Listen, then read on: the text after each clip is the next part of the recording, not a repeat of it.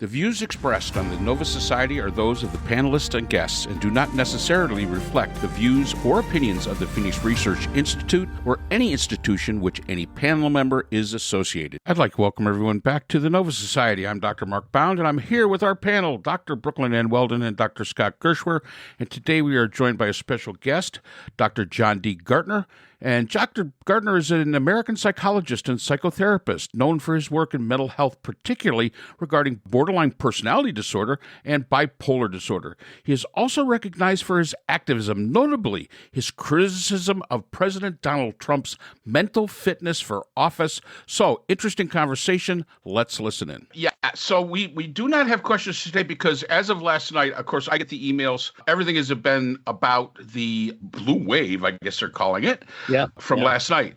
So one of the things Brooklyn brought up, because we were going to talk to you about, the duty uniform and all that stuff, and I would like to do that at a later time. I think that would be great. But as Brooklyn said, you may have some insights as to what Trump's reactions might be to this kind of devastating slap in the face. How you see his personality, how he's going to, deal with this. Now, my attitude is I think he's going to act like a 5-year-old. Of course, that's always my attitude. Well, he always acts like a 5-year-old. And I have a question. Yes. I do have a question for you, John. Why does Trump always refer to himself in the third person? Is that part of the narcissistic personality disorder? But has he always done that? Like from back in It's kind of like a royal we, isn't it? It's really, I think it's part of his grandiosity. That he's speaking about himself as if he's some kind of, historic figure. It's an odd way of speaking, but I think it relates more to his narcissism. Like, speaking about the great Trump, like the great Oz, Yeah. I mean, it does kind of take us back to Queen Victoria. We are not amused. I mean, it's just, exactly. It seems like an odd, and let's face it, I don't give him a lot of credit in his ability to use English. I know that Helmut Kohl, who was the German chancellor, if you asked any German, would tell you that his German was atrocious. He was a decent chancellor, but his German was bad. With Trump, he's not a decent president, and his English is horrible to go along with it. And I guess, what do you see? I mean, this had to be a rebuke. I mean, it truly had to be a rebuke.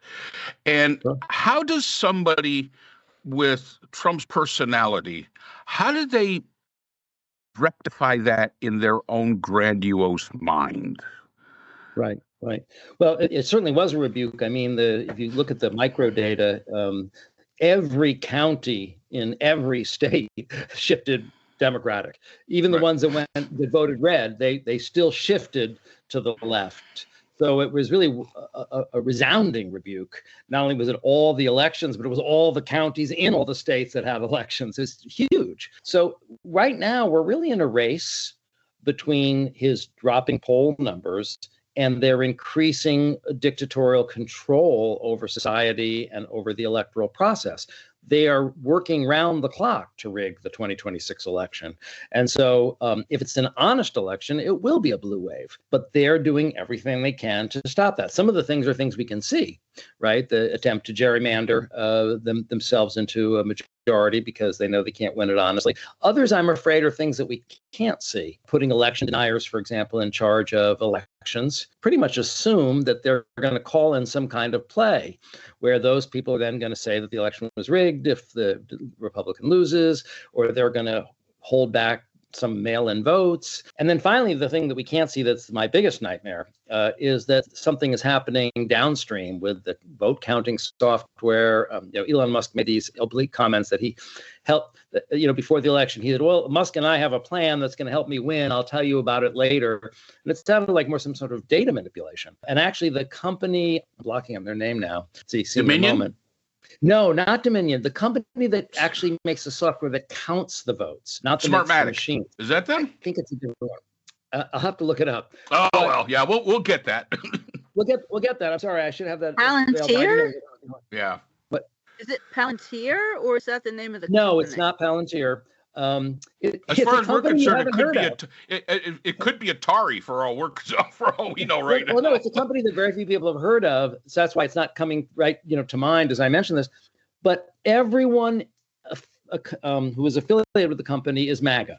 Everyone, all the senior people in the administration, senior people in the company were in the Trump administration. So this is the company that's counting the votes in the majority of states. There were irregularities in the 2024 election. There's some weird thing where they had a statistically discrepant number of people who had what they call blank votes, where they don't vote for president, just down ballot. So that might be one little way they could manipulate things. Just take out the presidential vote for some of the blue voters. I really find it very suspicious that he allegedly won every swing state. So I'm already worried that there's already some data manipulation. And if that's true, we're kind of dead men walking.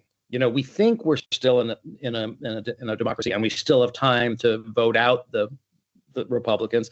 May actually be too late. It's kind of funny that when we talk about rigging an election, again, it takes a certain personality to have the desire to win so strong in their personality that it overrides everything that's logical. I mean, I'm a golfer myself, and when I saw that guy drop the golf ball for him, that was definitely lost in the weeds. All I could think of was, "You got to be kidding me." I mean, sometimes you just take your lumps, and because that's what golf is. And the fact is that even the people around him know they have to cheat for him. That's a personality that I can't get. It's mind-boggling to you. It's mind-boggling to you because you're a relatively normal person. Okay, well, and what's hard for you to understand, it's hard to understand how a psychopath thinks if you're not a psychopath. I know this gets into this topic of, my diagnosis of Donald Trump, but he clearly meets all the criteria for psychopath or antisocial personality disorder. That's just one of the diagnoses. I think he meets for a larger syndrome called malignant narcissism. But the point is, that's what psychopaths do. They cheat. They lie, they steal, they violate the rights of others, they exploit others, and they feel no guilt or anxiety about it. So you're going, I don't know how somebody could do that. Yeah, well, you just passed a very important diagnostic test. You're not a psychopath. Well, Scott, are you happy to hear I'm not a psychopath? No, you're not. You don't even care. Yeah, that's what I thought. That's exactly what.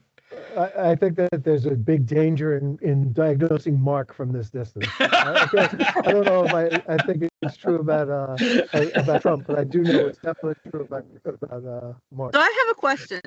Sorry to burst in. I've had a burning question for a while. I mean, then let's get it off your chest. Come on. Yeah, thank you. So my late partner had a VAD, an LVAD, and he had an ischemic stroke that was around here, and it gave him global aphasia, and it also created impulsivity and some other issues. Yeah. So I have it was horrible trying to take care of him. Now, how, based on your expertise and how Trump's progression is going now, I have a couple of questions. What should our listeners are very savvy. What should they be aware of and listening for as they listen to Trump's interviews, like in a 60-minute interview and so on and so forth, assuming these things are not being cut? If anything is live, what should they be listening for? And maybe if they're taking notes or reading the transcripts, that shows progression, so that our listeners are understanding what's happening and not being persuaded by Carolyn Levitt or whatever, trying to wash or whitewash this. And based on your experience, how rapidly might something like this, and I realize this requires some speculation, based on your experience, what type of decline do you expect to see? I mean, how long does something like this take until this can no longer be hidden and it's so obvious? Or can they hide it and we never have an Article 25? What happens? And is Vance worse? I mean, right now we've got Miller, right? Well, there's a lot in your question. I love the way you started talking about these interviews. They do edit them, right, to sane wash them. Actually, if you watch an entire entire unedited interview, his cognitive decline is much more evident and blatant. And actually, you mentioned him being bad at English. He actually used to be, if you look at his speech in the 1980s, he actually used to be quite articulate. And he would speak not just in complete sentences, but polished paragraphs. One of the ways that we diagnose cognitive decline or dementia is by comparing people to their own baseline. And so, in fact, he has deteriorated an immense amount from his own baseline in terms of his reading level, vocabulary. It's gone from like 12th grade to like 3rd grade. In terms of hard signs of dementia, which would be things like tangential thinking, using phonemic paraphasia. That's where you can't even get out a word. You use a word that sounds like the word, but you can't finish the word, so you just kind of end it with a syllable or two.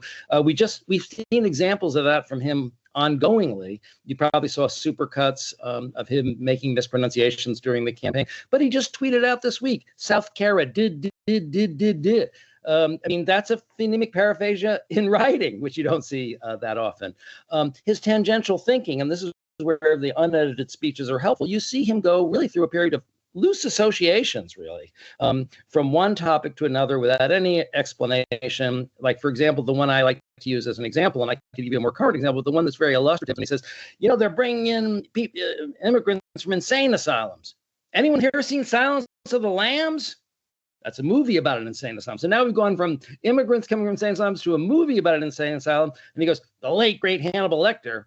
They don't talk about him anymore. Okay, so now we've gone from a movie about an insane asylum to saying that the character is actually alive. I mean, a true biographical figure who has died. Okay, and now because he idolizes evil people, like so a serial killer who would eat people would be like a hero of his. Yeah, they don't want to talk about him anymore, but he was great.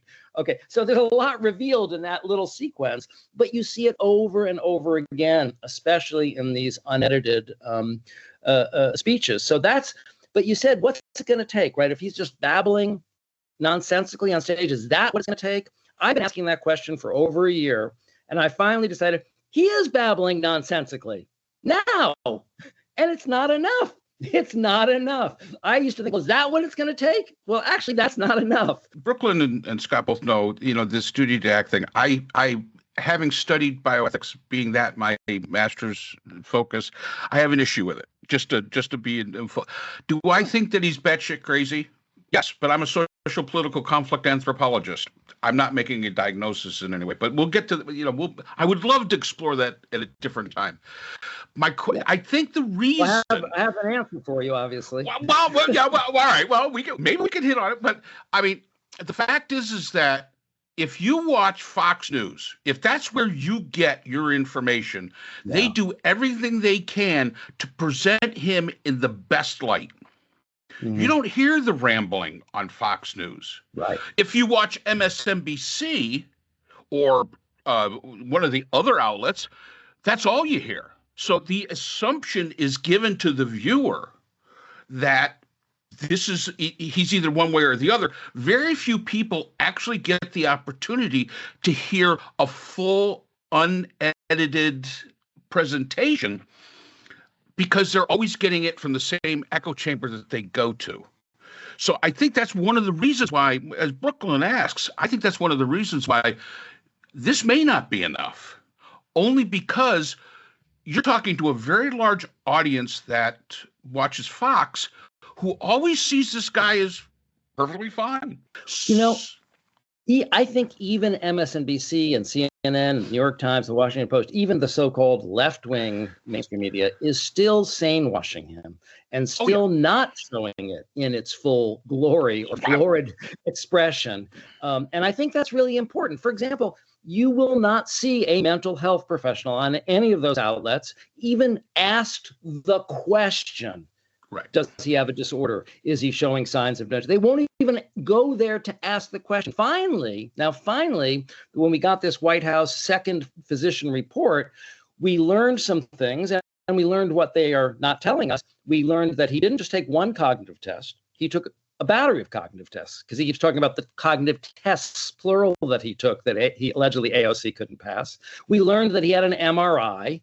Okay, so I know you're going to at some point want me to defend myself. Well, how can I diagnose him without having seen him? But the doctors who have seen him The doctors who are examining him are putting him through a battery of tests that we never, ever, ever, ever give to a patient unless we suspect serious cognitive decline. We just don't do it. It's not part of an executive physical. We just don't do it. You don't give someone a brain MRI unless you suspect there's something wrong with their brain, except they won't tell us why they're giving him this test, and they won't tell us what the results are. But finally, they did have an actual doctor, a GW doctor on one of the news services saying, well, doctor, why would you give someone an MRI? And he said exactly what I just said to you. They're not telling us why, but we never give it unless there's a serious problem. They're not telling us the truth. So finally, there was something, I guess, that was hard enough that it was news that they could report on it because it came out of the White House and they said they gave him these tests. They didn't really quite go into the implications. But other than that, it's almost verboten. They can't even talk about it. They can't even ask the question. Well, and I'll tell you something. One of the things that whenever you watch a trial, the last thing any attorney wants to get involved into is the battle of the experts. That's just because for every expert you can say this, you got the other side that can get an expert to say that, say something totally different. We understand that with Gorka, who's constantly on Fox News and basically has, in our mind, no credibility whatsoever. However, I mean, no, zero. Yeah, totally zero. Zero. He's a co-conspirator. And it's not a matter of defending it. It truly is not. Problem I have is that once we enter in where medical professionals who are in the mental health field, you have your position, and I totally agree with it. I have no issue with it whatsoever. But they're going to find somebody equally credible, hopefully in their mind, that's going to dispute that, but on the other network. And and again, we are so limited to the information that we receive, and now you're lending the medical profession, which I find to be a terribly honorable profession. They're steeped in ethical considerations and ethical rules. Now you're basically throwing them into a fight, a political fight. Now let's face it, the AMA and the APA they're just not ready for it.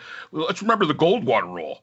Look how much crap that created simply because somebody went in there and said, well, yeah, I think that this guy is, and it turned out he was a mental health professional, and then that blew into an entirely new rule that they came up with, which they upheld in 2017 because there was more of this. So it's not a matter of asking somebody to defend it. It's not a matter of asking somebody to justify it. The thing is how do we combat that sense of how do we not drag the medical profession down into the mud of politics? How can we possibly do that and preserve one of the last great institutions we still have, the medical profession? Well, I disagree with your premise about experts because this is an intellectual podcast. Right? This is for people who like to think, right? And what we're seeing is that truth itself is under attack, right? Science is under attack. Our ability to verify things in some objective way is under attack. And one of the ways to do that is to disqualify experts. Oh, they're eggheads. They don't know what they're talking about. Oh, they're all biased. They don't know what they're talking about. So therefore, you're disqualifying their capacity to present verifiable truths. Now, as far as the Goldwater rule is concerned, you're right. It's from the APA, and the APA defends the guild of psychiatry.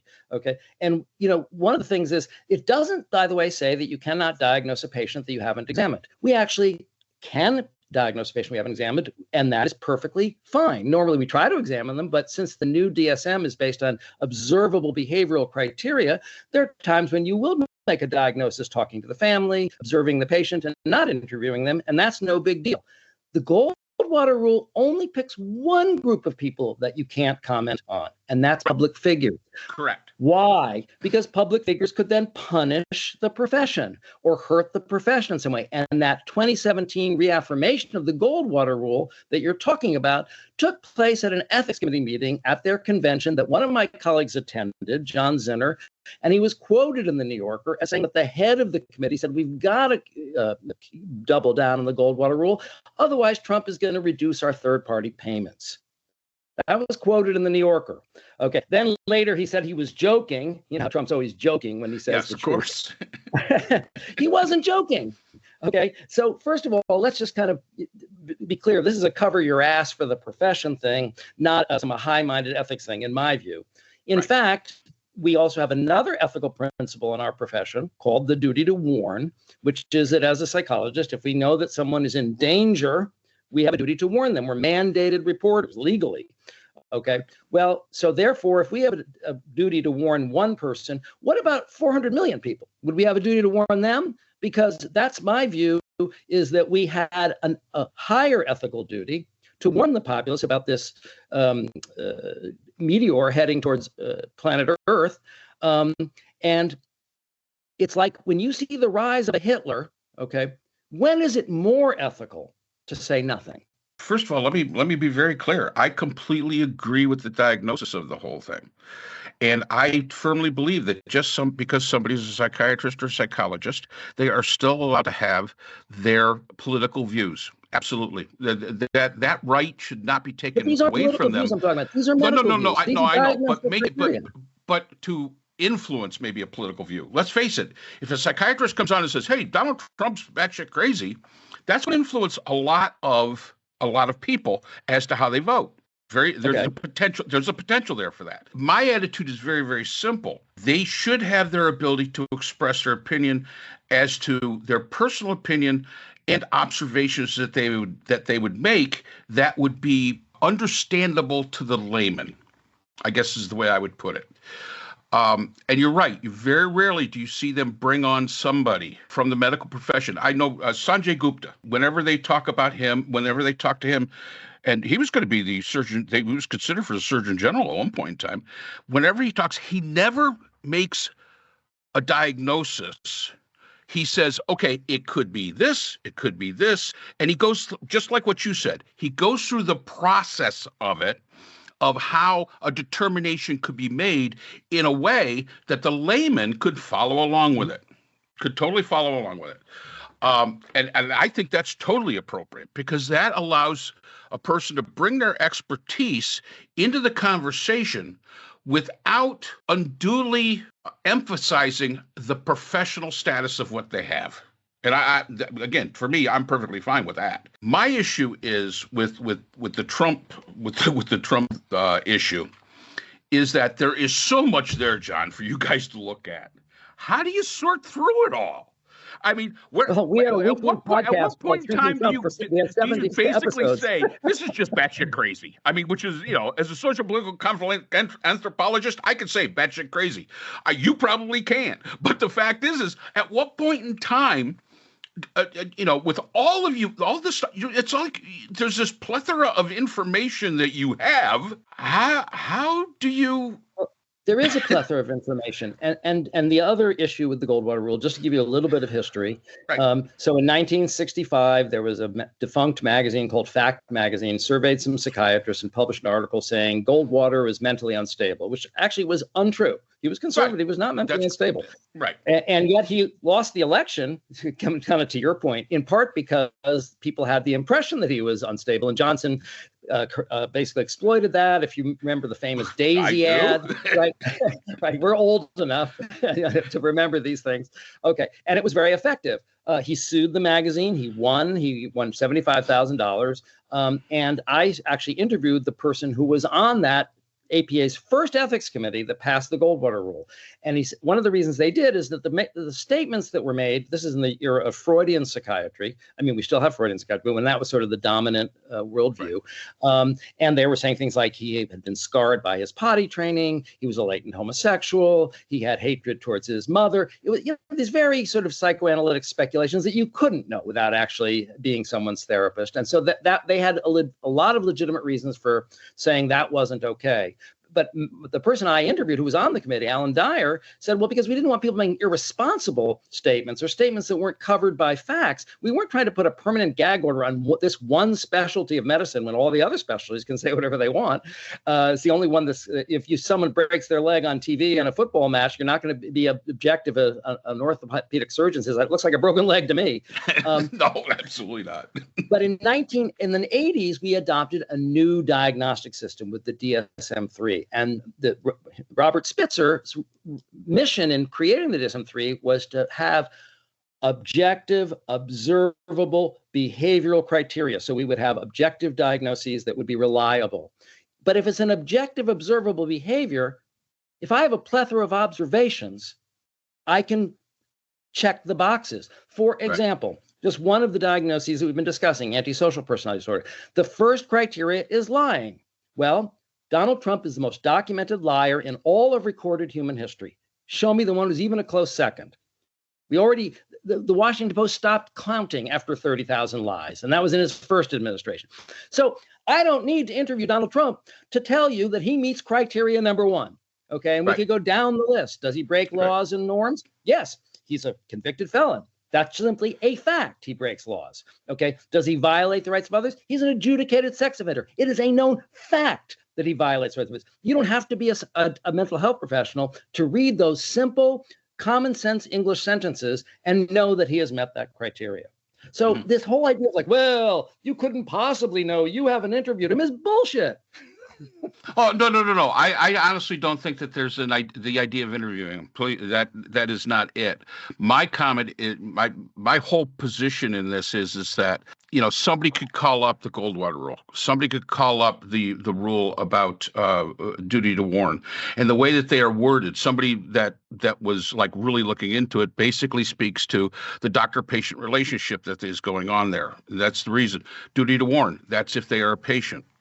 In the way that it's written in some cases. Yes, it's an extension. And some people, and this is where I go back to the layman. The layman can then get a complete, your argument's totally logical and totally valid. But to the layman, they say, well, wait a minute. It says this. That is not what's going on here. And again, maybe what has to happen is that the code of ethics for not only the AMA, the APA, and whoever else dictates these organizations, these medical professions, needs to do a little bit of rewording. And it would be very nice if the AMA, especially like during COVID, if they had been a little bit more, no, we're not injecting bleach into people. If they had been a little bit more, upfront with that, that might have been a very nice thing to see. And they weren't. I mean, we had a thoughtful over Deborah Brooks's head while he was saying all the people who rejected. You could see she was dying. She wanted. And I mean, that poor lady. I can't remember her name. That was, that Deborah poor lady. That was, oh my God, she was like, oh my God, what am I going to do? And I get it. So sometimes it's a matter of if the profession itself steps up. And takes the logic and the process that you just put there and lays it down and says, hey, you know what? This is okay. Then I think that would dispel a lot of the issues that can come out from somebody just going on, a layman reading, the plain language of it and saying, wait a minute, that's wrong. That,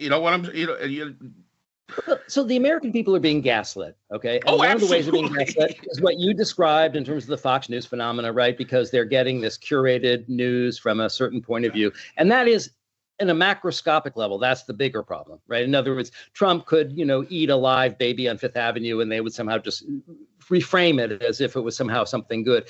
So that propaganda effect, right? It's sort of like the Ash experiment, like they'll look at 2-3 lines and two are shorter than the other one. But if they have a crowd of people saying, no, the shorter line is longer, they'll be influenced. Right. So it's really amazing how fungible and flexible our perception of reality is. And if we get a diet of propaganda, it definitely distorts things. But with regard to this specific issue, think about the Venn diagram here, okay? Mm-hmm. How are people going to find out that the president of the United States is insane if the people who have the expertise to say are gagged and the people who say don't have the expertise or the authority to say it? Exactly. The Venn diagram means there are 0 people. Exactly, which is why I say the APA, the AMA, they should, as an organization, step up. Well, won't get an argument from me. I didn't think I would, but I'll go back to the original. Let me go back to the original question. They've been stepping down. They haven't been stepping up. No, well, pretty much. Well, actually, you've been hiding they've been hiding. They've been hiding. Pretty much hiding. So let me go back to the original question when we first started this, because I know Brooklyn told me you have to go shortly. So knowing what you know and knowing the past behaviors of Trump, after this blue wave that we're all going to agree happened, now we all know how we expect him to act. I think we started this out with me saying he's going to act like a 5-year-old that just lost the ball game on the playground. Do you see any potential, because his condition has in many ways evolved? Do you see this manifesting itself anyway in a way that might surprise us and that we should be even more concerned about? Well, of course, he'll never accept blame or feel, that he lost. The nature of his narcissism is he has to project anything negative on. It was I forget who said this, but everything with him is projection or confession. Either he's simply saying it and out loud, and now it's okay, he's normalizing it, or he's projecting it outward. AOC is dumb. No, AOC is not dumb. He's the one who's got cognitive decline, and so what he's probably going to do is lash out and project outward and declare victory and use it, what he's also been using, as an excuse to double down and hurt people even more. That's what he's been, that's what he's doing with the government shutdown. You know what I mean? Mm-hmm. He's using it as an excuse to wreak even more destruction. And that's what he's going to continue to do. So whatever or what they did with the murder of Charlie Kirk, right? That became sort of the casus belli, that sort of, like a lot of people don't know, Kristallnacht, the thing that started Kristallnacht was there was a Jewish man killed a German soldier. We don't know I don't know the details, but that was the casus belli, like the Reichstag fire, that gave them an excuse to seize power. Okay. And so they used the Charlie Kirk murder as an excuse, right? To say, we're looking at everyone's social media now, and you better not say anything bad about Charlie Kirk. So whether it goes up, down, or sideways, they use it. Even the defeats are actually very good, can be very good excuses, right? For declaring some bogus national state of emergency to grab more power and to attack and harm more innocent people. So you basically see it just more of the same. It's just going to intensify. Yeah. Scott? I think the more important thing is to ask this. He gets people to go along with him, and I don't understand how, but he gets people to go along with him. HIPAA cannot apply to the U.S. president, right? There can be no privacy when it comes to the medical people who were in the room with him, who were giving him these cognitive tests, who are seeing what we see, right? They're not speaking up. And so there's something wrong here. And they may feel that they have a responsibility for the patient's privacy, that we can't talk about it. But I would say that national security overrides that. I don't know if that's legally or ethically correct, but it seems to me that, well, in a sense, it's like the contrast between two characters in Dr. Strangelove. The one who shoots the missiles and sends out the bombers, right? Who is clearly insane. And we see it throughout the entire movie when he's talking about bodily fluids, water and fluoridation and stuff like that, right? We know he's batshit crazy. Right. But then we have George C. Scott in the war room, and he's batshit crazy, but he's in charge. He's one of the people in charge. And nobody is like going, why aren't we throwing this guy out of the room? We all know that he's every bit as crazy as the General Ripper is, right? Yeah, with his mind shift. I think you're putting your finger very much on a central issue, which is we're being lied to. This is a dementia cover-up, okay? Which is they're not telling us the two pieces of information that the American people deserve. Why are you giving him an MRI and a neuropsychological battery? And what did you find? It's very relevant. If you don't want to listen to John Gartner because he's not following the Goldwater rule, fine. Then can the doctors who are actually examining him give the American people that information, because it's a matter of national security. We need to know these things. I mean, this is a guy who sort of wakes up and says, I think I'll go to war with Venezuela today. Now, or maybe another country that starts with V. I don't know.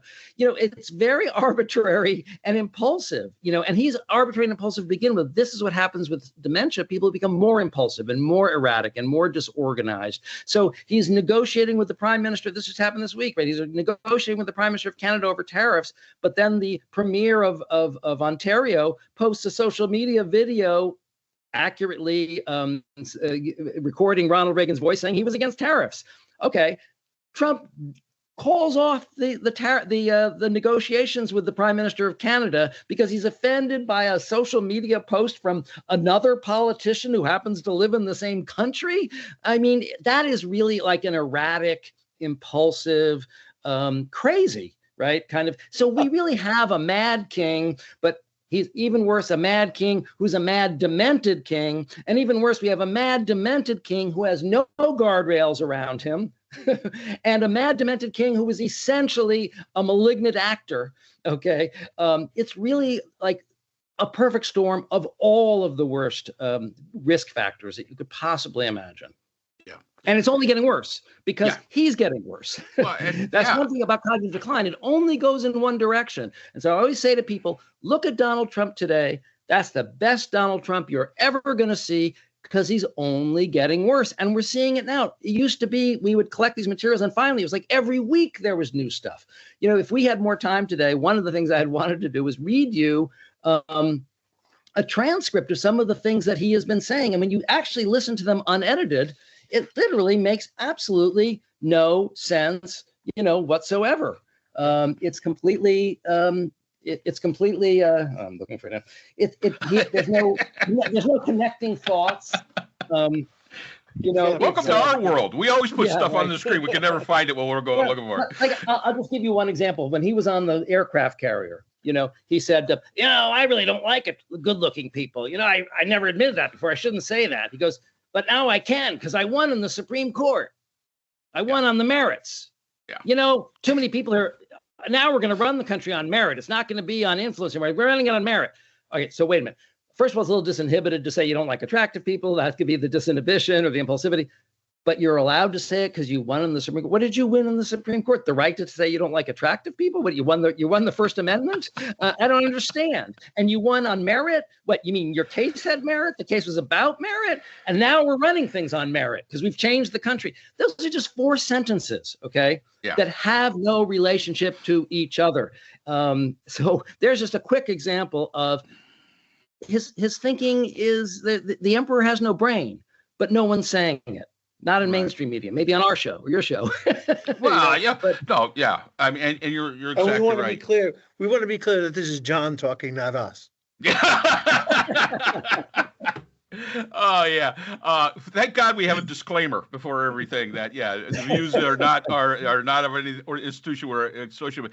And John, honestly, I'd love to have you back because there's another thing that we have never talked about, because we've talked a lot about Trump's mental state right now. We need to really talk about the nation's mental state. Yeah. And Stephen Miller. Because Stephen Miller. Because let's face it, there's a cult-like dynamic happening here. And for the three of us, the three of us, we're not psychologists, we're not psychiatrists, and we would never propose to be. And in many ways, we look at the cult-like mentality from the idea of sociology, political theory, and social theory. And I would think it'd be fascinating to get your take on this new dynamic that has now happened. I mean, we have said here so many times, we are of an age where we don't recognize the country we live in anymore. No, I know. And, the question is was this always here? Just, did we ignore it? Did this always exist, but it was just, put in the closet someplace, and now it's out? And so we would love to have you back to talk about that, because that would be fascinating. I would love to come back and talk about it. And let me also recommend a colleague of mine, Dr. Stephen Duckett, wrote a book about this called The Hatreds We Love, about tribalism and the cult phenomenon with Trump. You're probably also familiar with Stephen Hassan. He's also talked about the cult phenomenon with Trump. But I think Stephen Duckett is actually a little more sophisticated, actually, in his analysis. But you're absolutely right. And that is we should do a whole show just about that, because just on that. And if we the could relationship between the malignant narcissist and his cult is really the big story. How that develops, and if you have any ideas of how to break it. Because the bottom line is that has to happen. That has to happen. It has to be broken. And, you know, us sociologists, we've done everything we could think of, and I think the biggest problem is the propaganda effect that you talked about, right? Because the foxification of the info system is getting worse. You know, Elon Musk bought Twitter. I was battling and screaming when Elon Musk was trying to buy Twitter. His second biggest investor is Saudi Arabia, who is not really our friend. It's an influence operation. Now we have Larry Ellison, who looks like he's going to be able to buy TikTok. Okay. And his son, through his money, Skydance Productions, has bought CBS. And they're aiming to buy a Paramount, which would be Showtime, and I forget the other shows, Comedy Central. And so and CNN has been bought by a company that's affiliated with Liberty Media, and they've moved to the right. And so what's happening is they're buying up more and more of the media. So the propaganda effect is not being neutralized, which is what would have to happen for us to break this ash effect, right, or this propaganda effect. It's being intensified. So it's getting worse, not better. So that's what makes me very alarmed. Yeah, it's terrible. John, just one more concept, and you could just say yes or no to this. Because we never can. Hypnotism. Is Trump hypnotizing 26% of the electorate? It's a good word. I mean, I'm not a hypnosis. I never used hypnosis clinically, but it's a good word. There is a kind of hypnotic effect in this relationship between the cult leader and the cult follower. But I do have to go. I have someone, John, we're going to have you back. Brooklyn will reach out. Maybe we can get somebody else also with you, that the person that you mentioned, and that would be great. And yeah, we should dedicate an entire show to that. Absolutely. Yes. So thank you, John. I guess I'll read your bio later. That's fine. Since you've left, all right. It's nice meeting you. Take care. All right. Bye. Bye-bye. The Nova Society is a production of Nova Society Media, a division of the Phoenix Research Institute. We'd like to thank our production partners, Buzzsprout, who hosts the Nova Society, Audacity, our editing partners, Apple iTunes, the largest source of podcasts and music on the internet, Spotify, the most popular platform for the Nova Society, and iHeartRadio, your source for all things music and podcasting. The Nova Society is available on all of these and other quality platforms listed in our description. We'd also like to thank all of our listeners. Without your support, the Nova Society would not be possible. If you have a question or comment, we can be reached at nova.society.podcast@gmail.com. So for Dr. Brooklyn Ann Weldon, Dr. Scott Gershwer, and all of our production partners here at the Nova Society, I'm Dr. Mark Bound. Remember, the true power in society is knowledge. Thanks for listening, and we will see you again next time. Hi, everyone. This is JJ, the co-founder of Good Pods. If you haven't heard of it yet, Good Pods is like Goodreads or Instagram, but for podcasts. It's new, it's social, it's different, and it's growing really fast. There are more than 2 million podcasts, and we know that it is impossible to figure out what to listen to. On Good Pods, you follow your friends and podcasters to see what they like. That is the #1 way to discover new shows and episodes.